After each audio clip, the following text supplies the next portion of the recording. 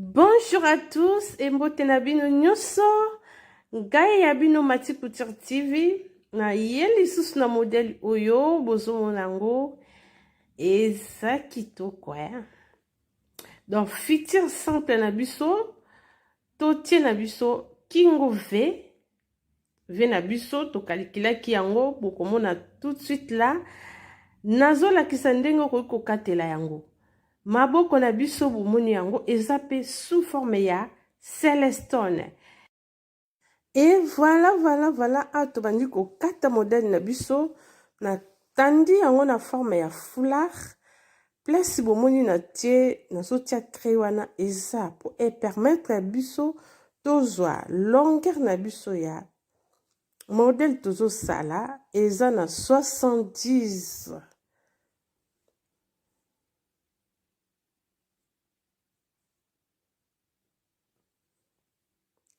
Kuna na se na tracé na suka place mo longueur na biso esuki na likolo nazozwa épaule na biso eza na 42 divisé par 2 epesi biso 21 place na tracé.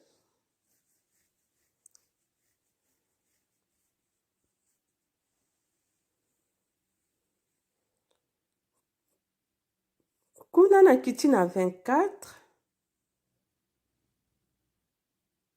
na baloli mettre riba na nga pour permettre nga nazwa mesure na nga ya poitrine eza na 32 kozangisa valeur ya couture te parce que okozala nango besoin.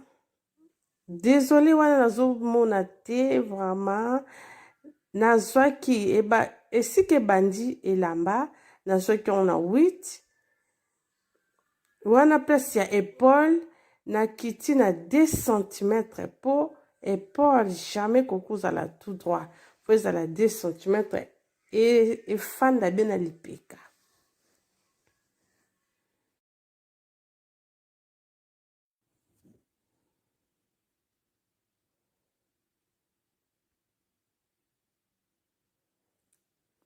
Place na tracé wana place na kiteki na 24 cm pour permettre nga ko soit poitrine et permettre nga susu ko kita na loboko na longo li 2 cm au moins na bimi na 2 cm na libanda pour permettre nga ko sala rendre na nga wana bien.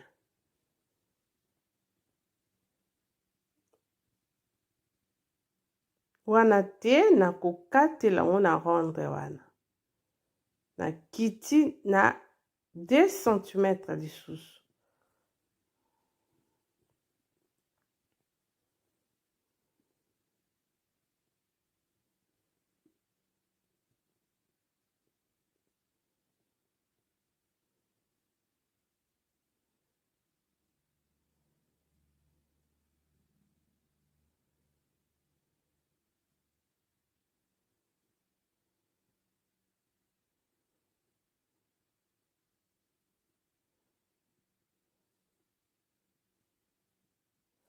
Et voilà kosilisa kokata yango na kati yango na 2 parties. En fait il faut longo la partie moko po de na devant eza liboso nango eza ndenge moko te na sima.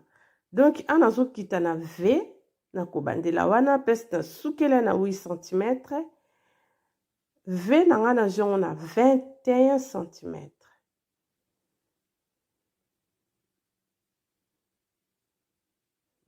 Na kiti lisu na 2 cm pour V ekita mokie. Donc normalement V penza original V okozwa yango na 21 cm. Soki aza monene obakisi 2 cm ou 3 cm.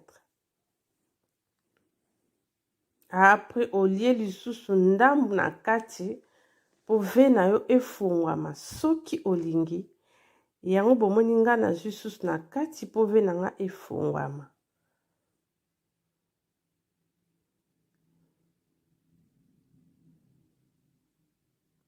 ekofongama penza makasi te parce que nazwi yango vraiment bien na ba mesure normale. Po kata loboko il faut o mesurer rondre wana. Siko tozokata maboko na baki kozala sous forme ya célestone. Ozwi ba centimetre oyo eza na rondre wana yango okotia yango na célestone oyo.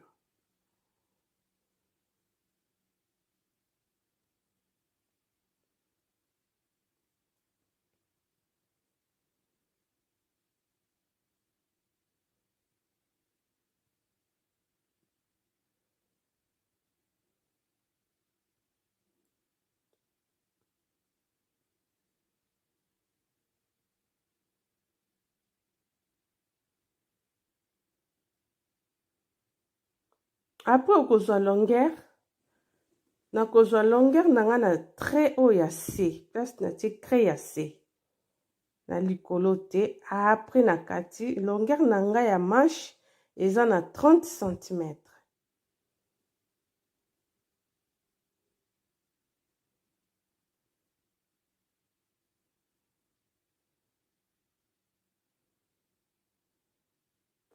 Voilà anakataki ba doublure nyonso tu na kingo na skati forme mais na maboko na kotiango doublure nyonso na kobala kingo na nga V et puis na sima na kobala lisusu na rondre nango nazoki na 8 cm.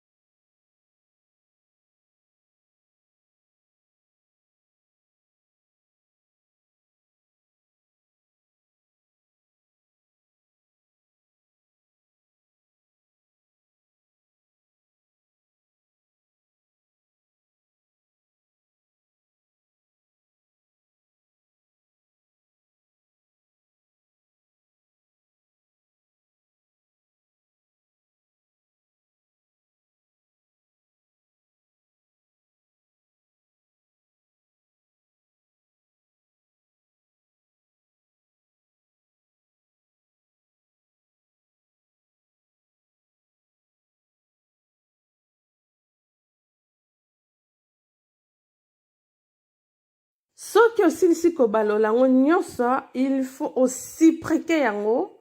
Donc explication eza kobeta sutu kutir na doublure na ngambu ya doublure. Obaloli yango na sima ya malamu opandi yango, obeti kutir na ngambu ya doublure. Et après oko repasser na yo nyonso nyonso, o repasser très bien.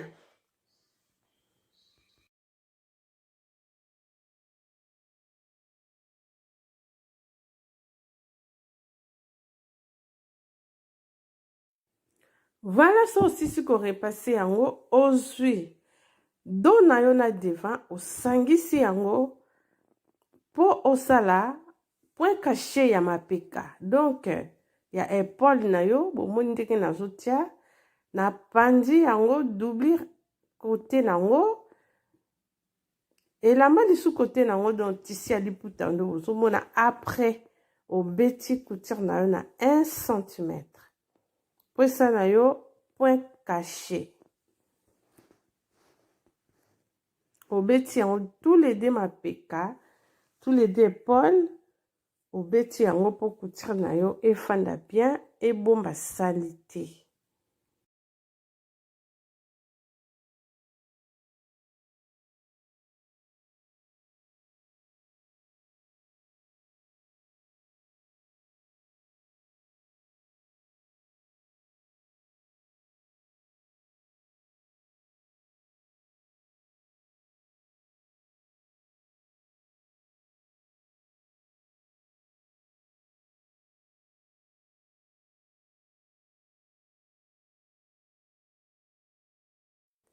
Yango bomoni na tongi yango na point caché po ebomba salité.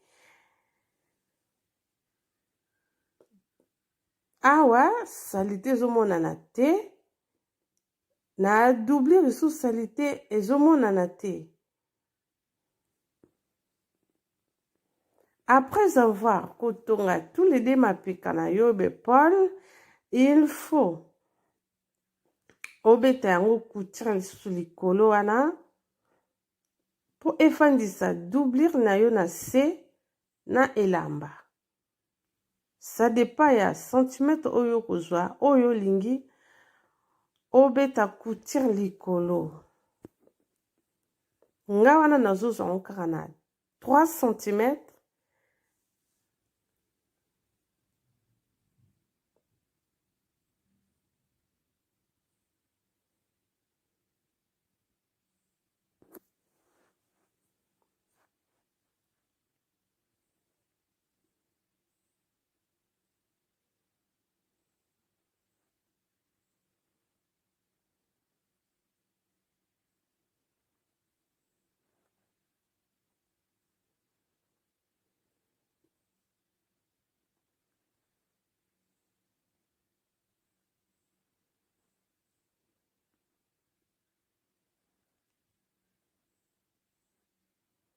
Soki okomi na place wana katikati otelemisi tonga na yo obalusi mpo na nini ozwa ve wana kitoko.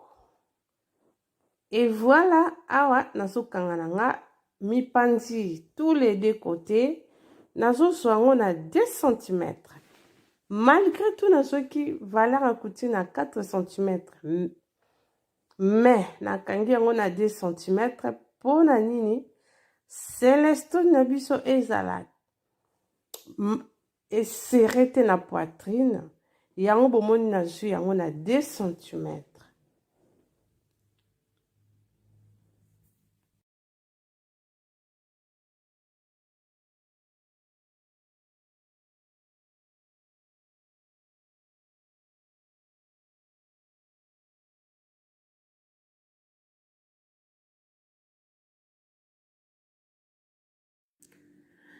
Awa nazo mesure ndenge nini okoki kokotisa maboko. Okobanda ngo na épaule tina se ya lipeka. O mesure combien? Oyo ekopesa yo yango kokanga na mipandi ya maboko.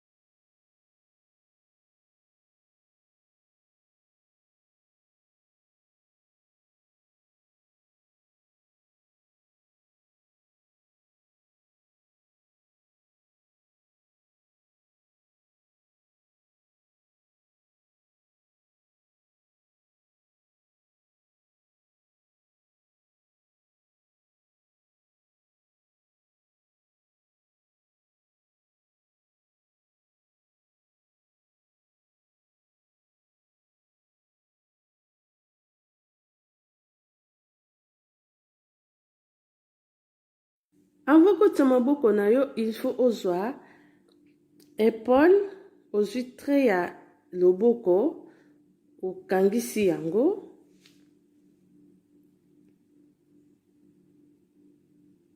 Donc otutanisi yango e place moko.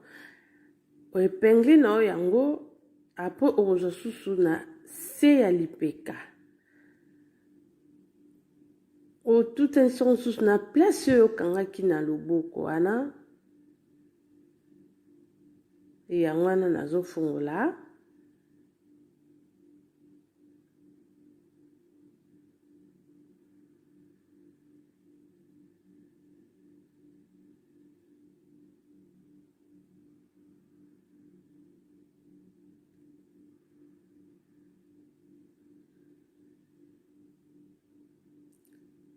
Après otongi yango tout en tour.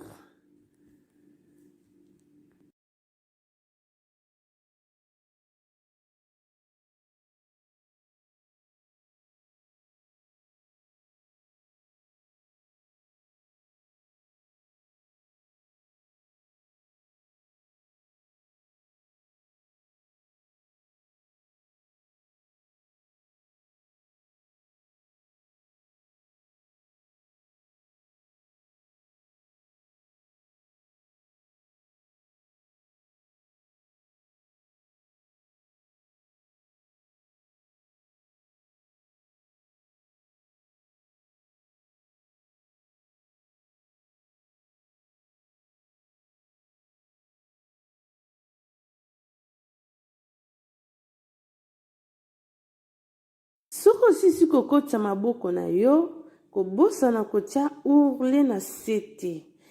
Voilà, modèle na biso ezosila yango esili ve na biso tokitaki mingi te, maboko na biso pe ya Celestone eza comme si marche papillon mais yango te.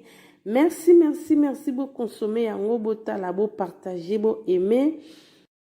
Totia mayele na kati ya couture yango yonde bomoni tokataki ne bandeli tina suka epu esili.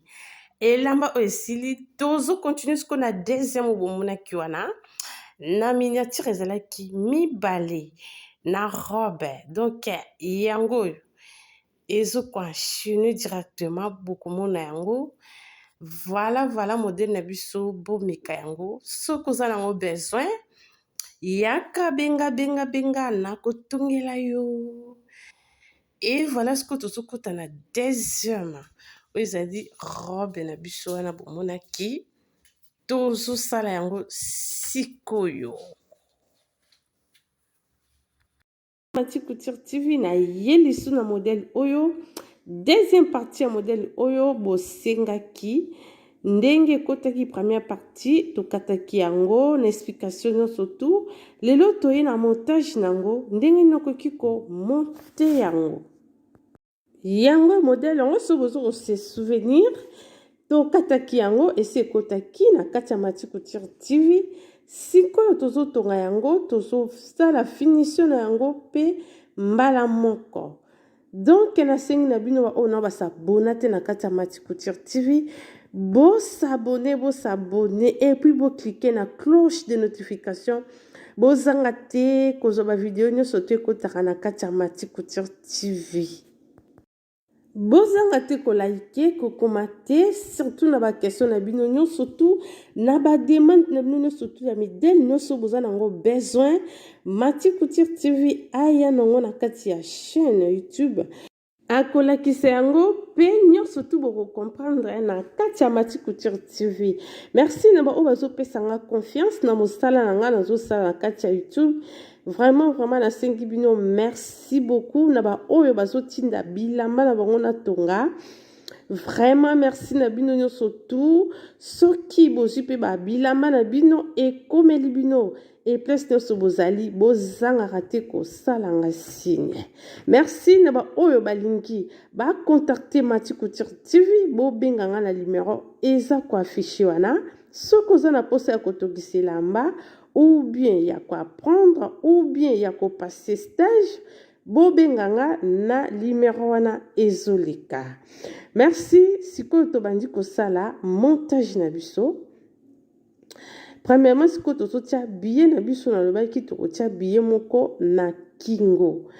Place ekokota élastique. To kata ki billet wana na 4 cm, bomona ki yango. Yango yo sikoyo tobandi kosala montage na yango.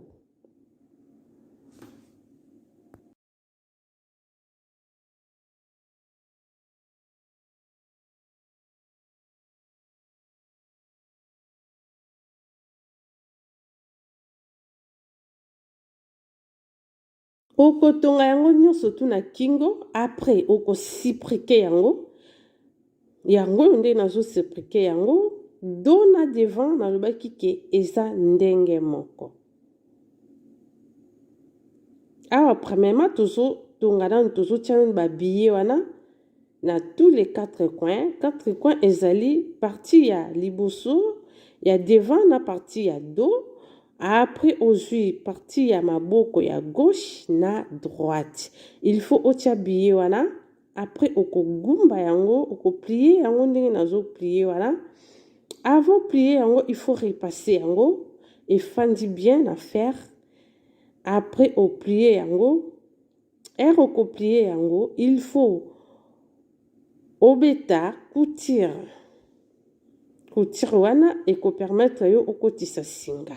Mais avant beta couture, nino ko sala. Toko koma place wana, bokomona ndenge nini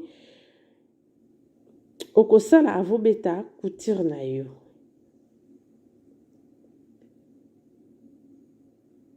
Wana eza maboko okosala ngo pe kaka ndenge moko na partie ya dos na ya devant ndenge nazosala wana.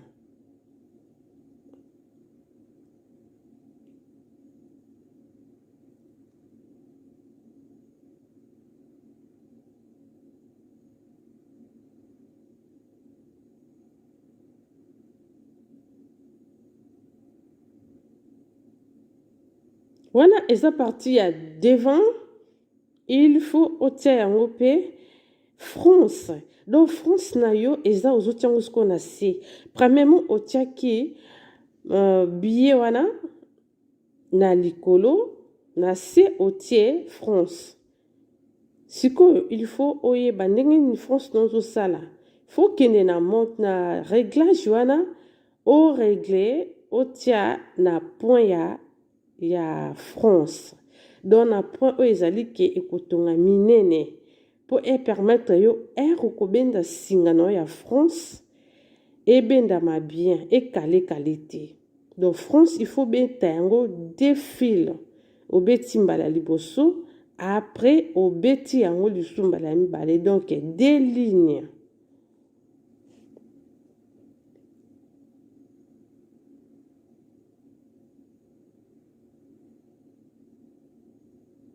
France okobeta yango ndenge nini fo okata singa o eza ya likolo ya se otiki yango nde sikoyo okobendela France na yo ekozala bien vraiment pete po ekobenda ngo singa ekatana te.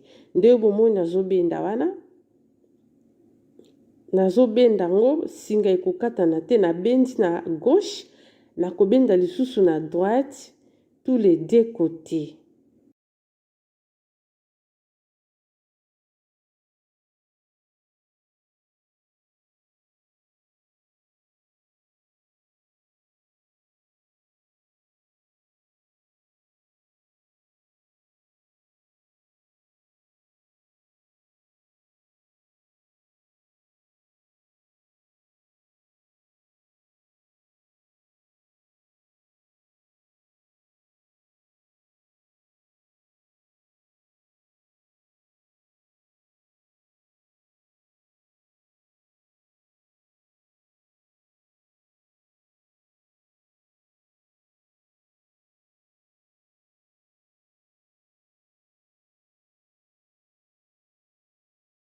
Après avoir consisté kobeta wana partie ya likolo ya découpe ya likolo okobeta lisu partie ya C.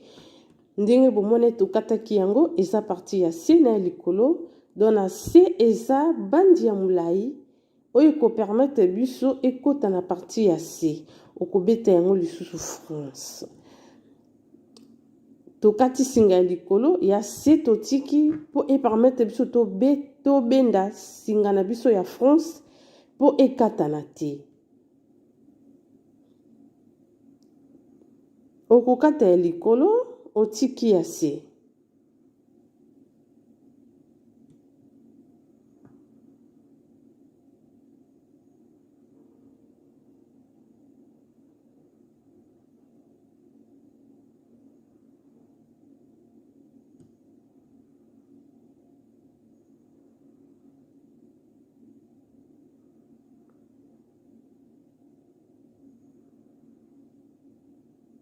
Après ozobenda yango bomoni na ti réglage nanga vraiment ti na 5 po ebenda na bien. Soko tie yango na 3 ou 2 ekobenda bien te, donc omona singa ekobando katana. Il faut tia réglage na yo ozosala France na yo.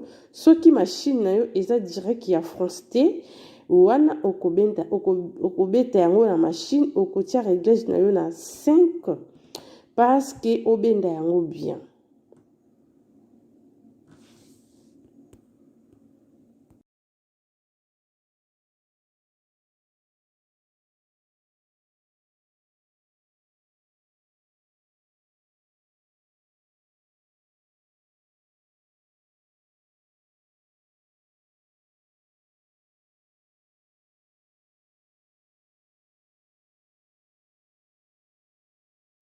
Après avoir kobenda France na yo, il faut calculer. Et ça combien de centimètres côté ya loketo na yo place France na yo ekokota ozwi loketo na yo kokanga yango vraiment te ezala pete parce que okotia singa wana singa moko eza wana ekobenda yango bien soki osilisi yango après nde okopose yango biplasi ya découpe ya liboso na ya nsima awa tozobeta singa oyo nalobaki ke ekozala na loketo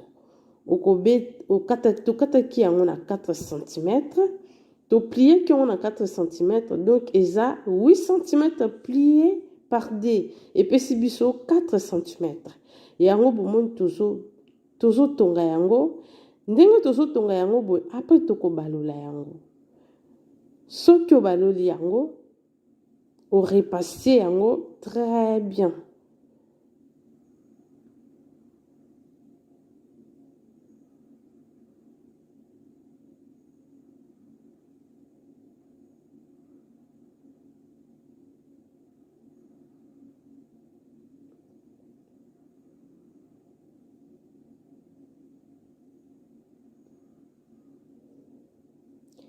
il faut bimisa basonge wana parce que basonge ekotaka soki obaloli yango ozwi tonga obimisi na yo basonge wana apres okorepasse yango awa tozosala sikoyo machette oyo ezali ke poignet na biso ya se ya manche totiaki yango vigeline mpo ezala makasi sikoyo tokobalola yango tokotonga yango na mipandi totongi yango mpe lisusu na se na likolo wana tokotika mpo France ekokota wana